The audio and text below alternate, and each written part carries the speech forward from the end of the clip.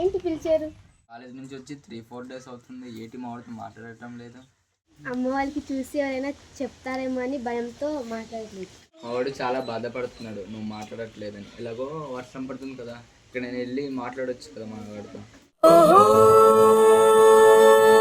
ఎన్నాళ్ళగాను నా కళ్ళలో కనే కల ఓహో